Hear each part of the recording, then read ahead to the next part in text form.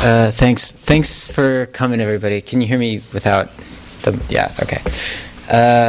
Thank you so much for coming out to this. This is the last of a series of readings that I've been doing for this new collection. I was in Portland and Walla Walla and stuff. And I don't know, it's really nice to be finally done with it and to have such a nice turnout. Oh, I can also lean a little. Okay. Thanks. Okay. Thank you again to Skylight and for that great intro and for coming out. I'm just going to read through one complete story, which is in the new book. It's called Backyard, and it's about a bunch of kids living in New Orleans and thinking about morality, or not thinking about morality, as the case may be. And then, if there's time, I'll maybe show you some snippets of what I'm working on now, just so there's some kind of event exclusive content, and you don't feel ripped off for coming out here. And then there's so much food. I went to Trader Joe's and I got some frickin' box wine, and I have friends that brought donuts. Immediately after that, we can all just go hog wild over there. And the way comics readings are always super, I don't know, they're usually kind of uncomfortable. Because you're well, do I do the voices? You can all read what I'm going to be reading to you. And I've seen some super intense productions of it where people will act stuff out. They get their friends to come act in it and stuff. And when that's done really well, it's amazing. And 90% of the time, it just makes you want to die. So I'm basically going to do this it's a pitch. I work on this cartoon show, and we pitch it in meetings. So we kind of talk through what's going on and kind of narrate it and kind of summarize. I'm going to try that. So I started with, this is an About the Author comic. That's me, and I have a hammer. And I'm going, we make a great team. I feel like our goals are very aligned. And I say, have you noticed how we never fight? And now look at this beautiful thing we've built together. And we've got this cute little house. And I say, well, in you go. And put the hammer in a box. And then I draw comics and enjoy the fruits of our labors. That's a pretty dark and obscured breakup comic. So the next piece I'm going to read is the actual story. This is Backyard. So there's a girl on her hands and knees in the backyard, and that's the title right there, Backyard. So there's this person looking through the blinds. This is sort of the main character, Anne, and she's saying, "My parents are coming this week," and her friend next to her in the kitchen is saying, "Oh God, are they going to be huge tourists?" And she's like, "Yeah, they're staying in the quarter, but they're probably going to want to see the house." And they're in this super sort of punky kitchen. There's a bike in the kitchen and stuff. And she says, "I'll try not to be fucking anybody when they show up. Do you think we should do something about Molly?" And her friend says, "Yeah, we should probably do something about it, because, they'd be weird." And then later they're biking past some chickens in the road.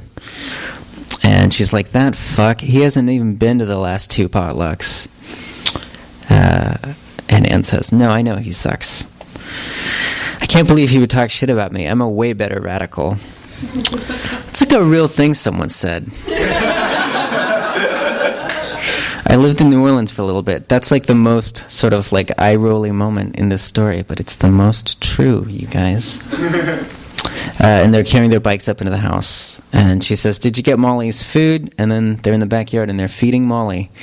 And Leah says, "It's just like, why would you be such a dick?" And then there's this tender post-coital moment with some dude. And she's saying 3 weeks, I think. Let's see. She stopped wearing shoes in June, so a month or so ago. And she stopped talking a little after that. And then the weekend after the big rally, she started walking like how she does. And we came home one day, and she'd messed up the house. So now she lives in the garden. So 3 weeks, yeah, she just wasn't happy living inside. And then we have a flashback to them coming home and discovering Molly not being happy living inside. And she says, we're all really happy for her. She's just figuring out some stuff about herself. And then later, this is the same boyf, and they're in City Park in Mid-City. And she's saying, "Yeah, I guess I feel the same way about you, yeah." And he's laughing and all bashful. And she's like, "It's been cool getting to fool around with you and stuff." And then her phone rings, and she checks it, and she reads it out loud. And she's like, "Important house meeting." So then we cut to the important house meeting, and she's having none of it. And someone's saying, "Okay, if we feel okay about the compost thing, I'd like to move to the next agenda point. So the coop's going to cost us an extra $75 because of the roof." She says, "Martin and Firefly, I know you're planning on moving out soon, but if you'd like eggs, you should probably contribute at least something." And Martin and Firefly are like, "Okay." There's just bikes everywhere, I'm realizing, in this house. It's just every background. There's a fixie. And then maybe me, Alma, and Anne can split the rest equally. And some housemate whose name you don't even know says, "I don't think that's fair. I don't have the same access to cash right now that you do." And then Molly starts barking. I hope you can see this way in the back. Molly is outside the window, and she's peering in and barking. And they're all like, "What?" And there's like a moment of acknowledgement, and she keeps barking. And then they go back to the meeting, and she's like, "Alma, I hear that, and I want to support you, but we also kind of need this money. Honestly, we're all struggling a little bit." And this unnamed third housemate is like, "Sorry, but that's bullshit." And they start fighting about stuff. And Molly is still barking outside the window. And they're saying, "I feel like you were one of the ones who pushed for a coup at the beginning. If you're going to pull out, you could have warned us." And then another line that is real. She says, "I'm not pulling out on the coup. I was fired by a fucking unjust system." That's a trump card at a house meeting. If you've ever been in a house with a bunch of radicals, it's a good political move. And Alma says, "Okay, calm down. This is a conversation the two of you need to be having in private, not here."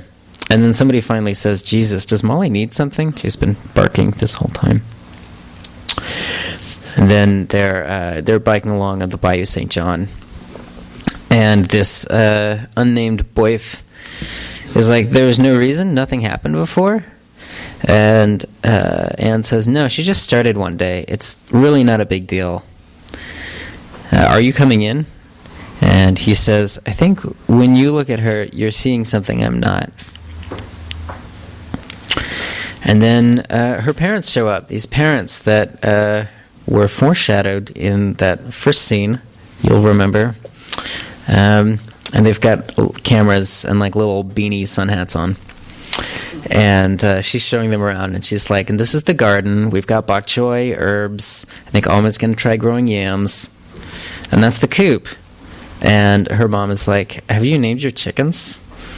And then, meanwhile, they've taken Molly out of the house onto a field trip where Leah is having sex with her boyfriend out in the wilderness somewhere, I guess, outside of New Orleans. And Molly's watching them through the window. And then we have a scene with Molly looking at this little butterfly, all poignanty.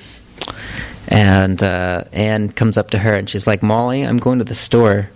And Molly chases the butterfly away. And she says, just if you need anything. And then she laughs. And then she's coming back from the store and talking on the phone.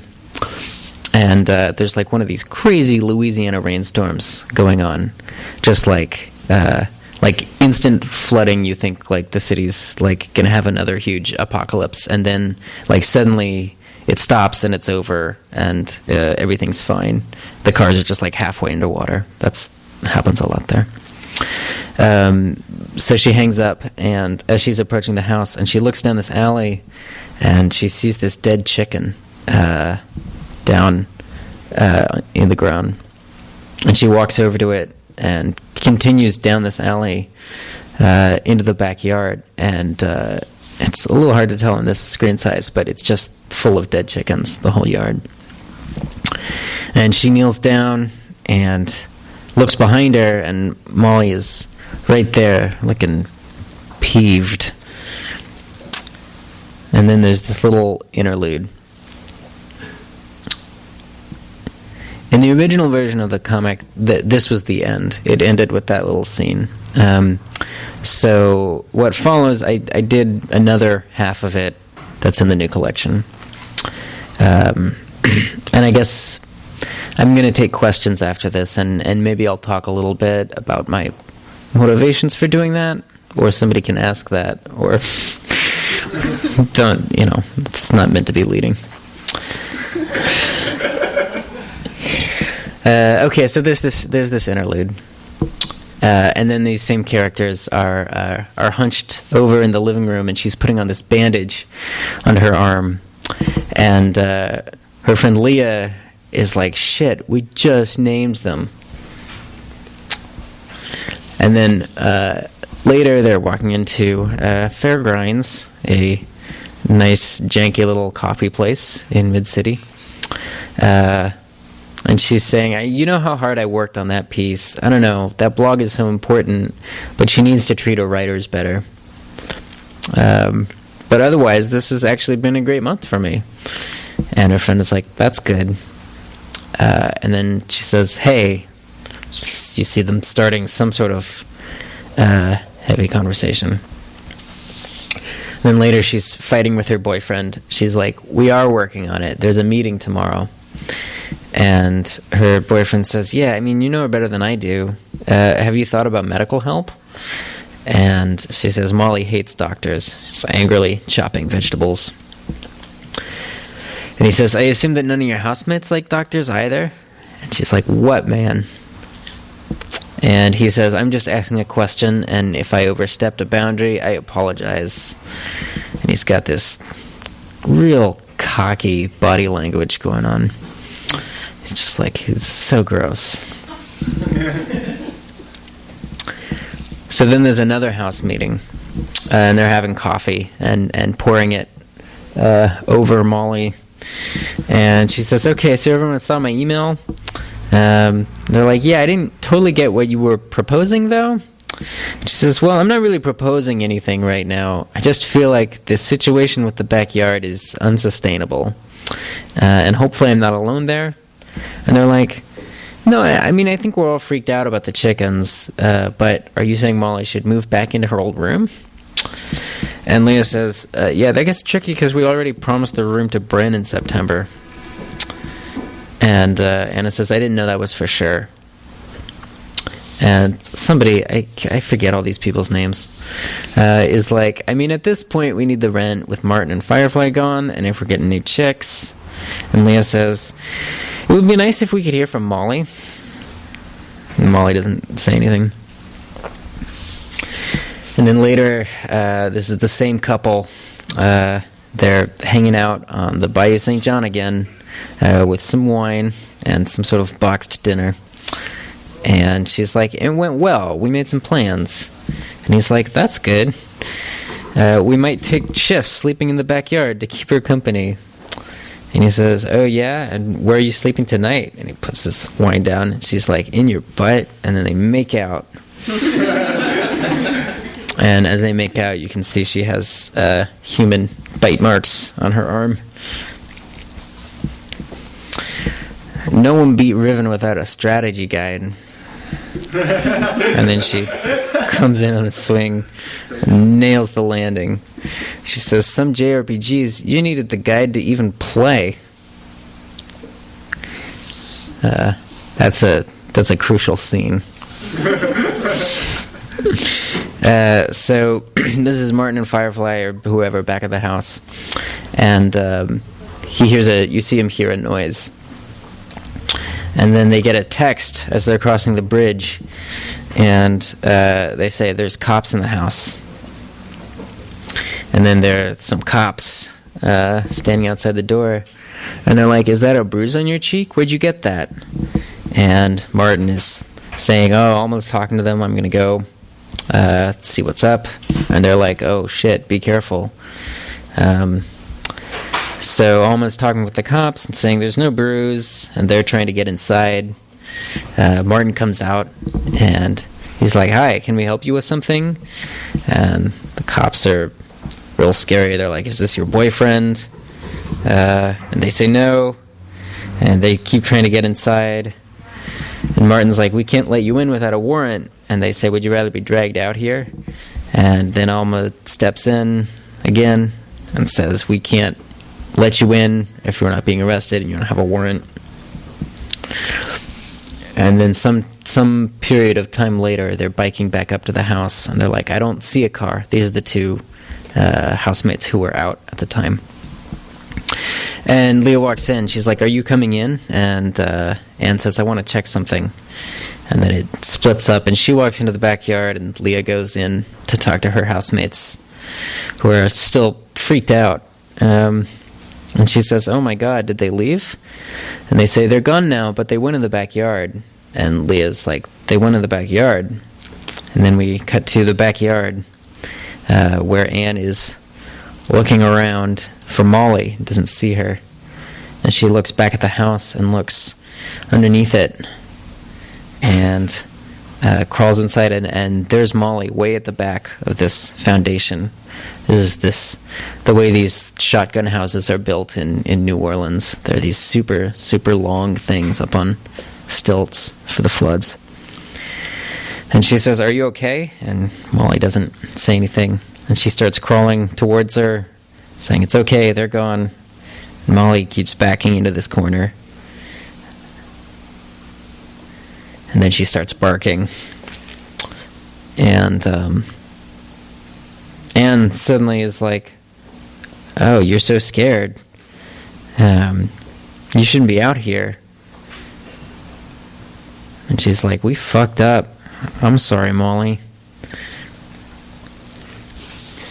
Then there's a dinner scene. And they're talking about who could have called the cops. They're like, was it the Turners, maybe? They're like, no, they fight all day. They wouldn't care. Or the old folks or something. They're like, I think maybe the cops were just using that as an excuse to get inside. They say, well, either way, props to Martin for flushing everyone's weed. And Martin's like, yeah, I mean, I don't smoke. I'm not taking the rap for you degenerates. And Anne thinks of something, and she's texting on her phone. And then Leah comes up, and she's like, okay, guys, all set. It's supper time. And she's leading in this other character. Who's this? And they sit her down. And they're like, what do you want, hun? We've got yams, skewers, bok choy, all this stuff that they've been growing in the garden. And someone says, give her a skewer. There you go. Your bangs came out so good. And she's texting something furiously with her boyfriend, which you can read if you buy the book. And someone says, you want that fork? Let me know if you want help. And Molly's looking down at the fork, and she looks up at her housemates, and there's a very composed little vignette of that moment. And that's the end of the story.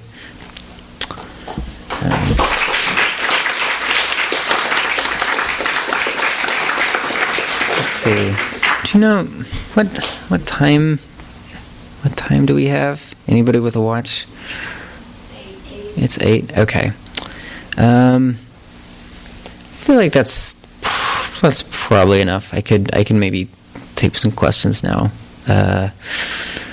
Either about that or any of my other stuff. And then after questions, I guess I'll sign some books for folks. I can. Hey, what prompted you to write the second part? Oh, wow, that's a good question. So the first part was like, some people came in late. The first part of this story is just this super bleak condemnation of like these kids living in these radical communities, sort of on the fringes, and there was just something about it that felt really like cynical and kind of one-sided, because that was one of the only like stories I'd done about these young like anarchist communities or whatever, and I was like happy with it, but it was like a little one note, and also something that my friend Olivia pointed out to me. The problem with the first half of that story is, by the end of it, the only person who seems to think that anything is going wrong with this girl who's like living out in the backyard and seems to really not be doing well. Like, the only person to recognize that something's wrong is the straight white dude from outside the community. And I was like, ooh, yeah, that's no good.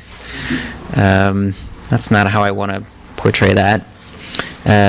Because clearly that was me,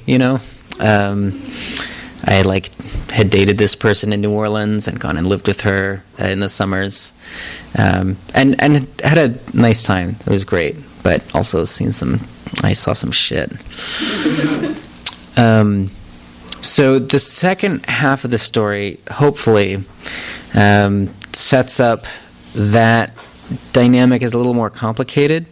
I wanted to show that this community does actually make an attempt at helping Molly. Like, you can say whether or not that's a sincere one or an effective one. And then I also wanted to show that the boyfriend calls the cops. That's the subtext that you can't read in that text message. I wanted to show that this sort of other solution that's maybe more conventional or doesn't look to this like small radical community as a resource is also really violent. So maybe in a way I made it like more nihilistic, because I was like, yeah, there's no right way to deal with this. But that was the idea in the second half. It's just trying to complicate the conversation I was having a little bit.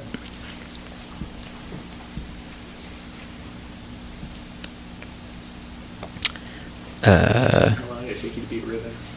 It took me not very long with the strategy guide. Yeah. I was like 14 also. Yeah, right. I'm sure if I attacked Riven with like my razor sharp adult mind. Yeah. Like when it was on the app, I beat Mist in like an hour. Oh, wow, hey. Because the load screens don't. It just take you forever to do anything. This isn't talking about comics. I'm sorry. It's okay. It's obvious. I mean, like, there's a lot of photo referencing there, right? Like, obviously, like a lot of that stuff is like places that you've been, like specifically in New Orleans. Like, I mean, did you know while you were in that area, like, that this is a thing that I'm mining a story for, or was it something that you kind of went back on maybe a couple years later? It was definitely, I feel like I have to have a couple years behind me before I can set a story in a place or do a story about a person, because that's about when, all the little stories you tell yourself about that place or person get smoothed down into this, like, totally fictitious narrative that's like, well, yeah, that's what I learned from that relationship, and you can say that in, like, one sentence, and then you can write the book about it.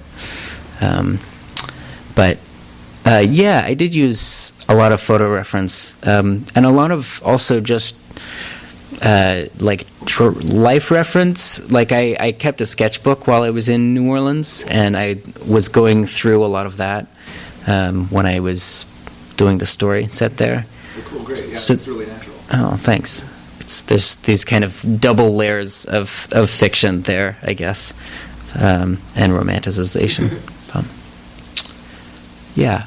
What role do you think the setting plays in the story? Well, it's kind of thorny, honestly. These are very much set in New Orleans, in these communities of mostly outsiders.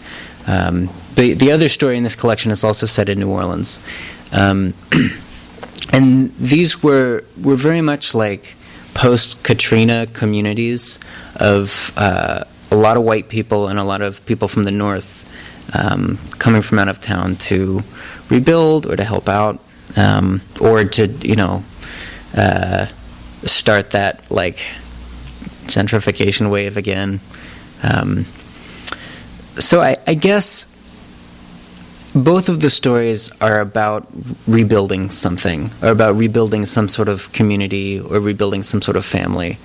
But I also don't think that I really have access to like that larger narrative of New Orleans, you know? Like that's not what I was doing down there. I was just dating somebody. And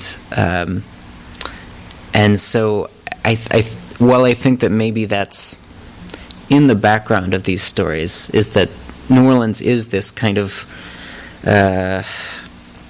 like city in progress in a lot of ways, you know, and people move down there a lot of times without without a plan or trying to figure something new out about their lives, and I think the chaos of that environment helped a little bit. But yeah. Does that answer your question? Oh, good.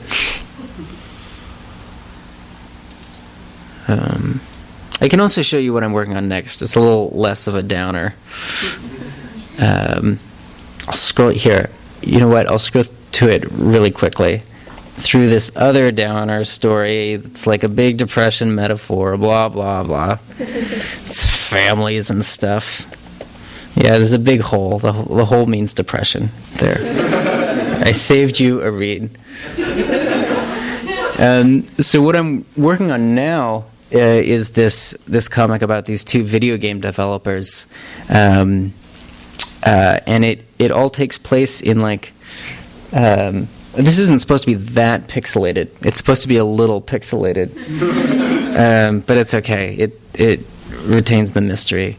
So the whole story takes place in this like hypothetical game that they're creating and talking out together. So as they change elements in the game, they're like, oh, maybe it could be in 3D, maybe it could work in 3D, or maybe it could have this dynamic. The world kind of builds up around them, and the graphics get more and more detailed, which again, something about the compression on this is sort of obfuscating, but trust me, it gets really pretty.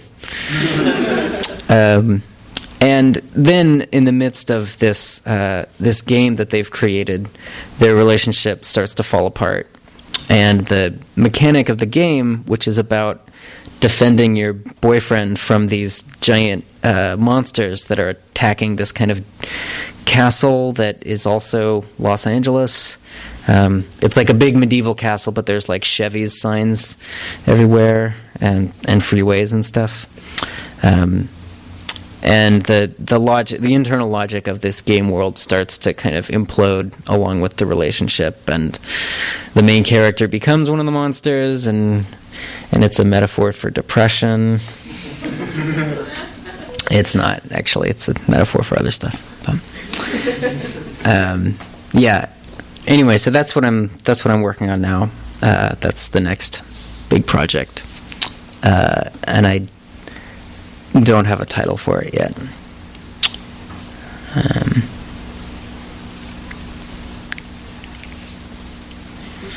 All right. Yeah. project to project, does that come organically, or is that a choice? And has working in animation altered that anyway? I don't know. I think there's just kind of a restlessness to that, and also a fear of confronting my own limitations. If I stay with one medium long enough, I'll have to actually learn how to draw, and I think keeping it fresh and changing mediums a lot is both a way to, figure out new ideas for stories that I want to tell, and it's a way of avoiding the work of making a more like technical comic. But with this colored pencil one, I got really into this like one palette that Prismacolor has. So this is so simplistic, but basically I'm trying to do the entire story in with no green anywhere in it. And this one character is sort of represented by like warmer colors, and the other is cooler colors. And then maybe I haven't decided yet if I want the green to come in at maybe the end of this relationship as this new experience that you don't even realize you haven't been seeing for the last 70 pages, or not.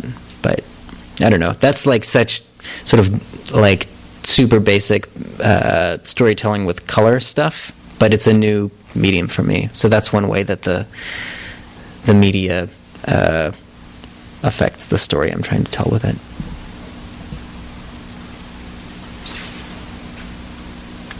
Hi. I think it's really interesting that you're showing a piece that's so raw that you're still working on. And it made me think of how the last story you read, you talked about going back in and making a second half to the story after you published it. And I wonder if that's part of how you work, if when you publish and distribute a story, you not necessarily feel like it's over, but it just needs something else to continue reading it? Or? Yeah. No, that's a really good question.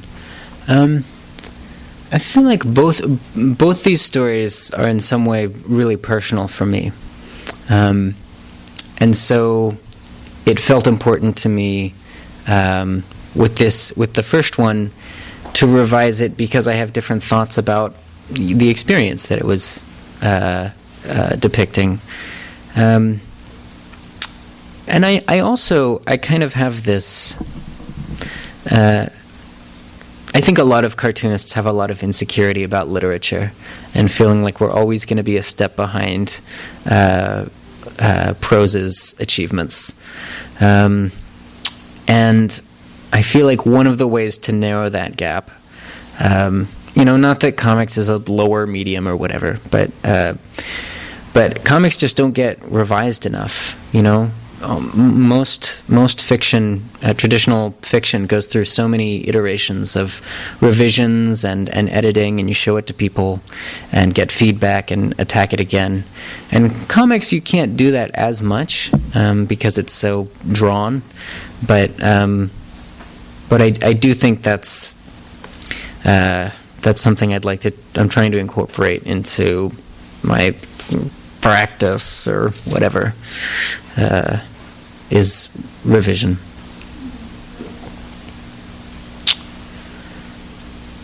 Maybe one more. Sort of morality or discussion. I was just wondering, I've listened to other people speak about addressing morality in their fiction. And I was wondering if you feel that doing it in a direct way, especially when you're including stuff from it becomes it feels like there's a conflict between addressing moral issues that we realize, like in the way that important politics and music, for example, could conflict with just making music to You mean, does it sort of inhibit the storytelling if I feel like I have a message to impart?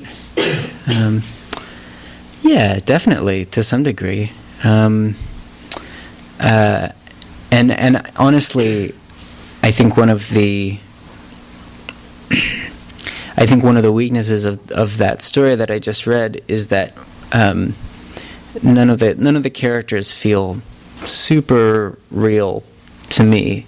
They're more like I don't know. I was trying, but it's an earlier story, and it feels kind of like my Lars Van Trier comic or something. You know how like Lars Van Trier has never like written a character. He's just like, I'm just gonna move these ideas around on the screen. Fuck you, I win. You know, and he's totally seems in service of a message. I guess your question was kind of more about morality. I don't know. That's a heavy thing. I tend to think now that like, while it is important to be saying the right stuff with your stories, you know, like, I think on some level you have to just tell what feels true to you, and be simultaneously examining if how you view the world is a moral way to view the world, because sometimes it's not. Yeah. Okay. Well, thanks again so much for coming, you guys, and please do just like do murder on those snacks, because they're really good. And I can sign some books for folks. I have the new guy and some old stuff. Yeah, thank you.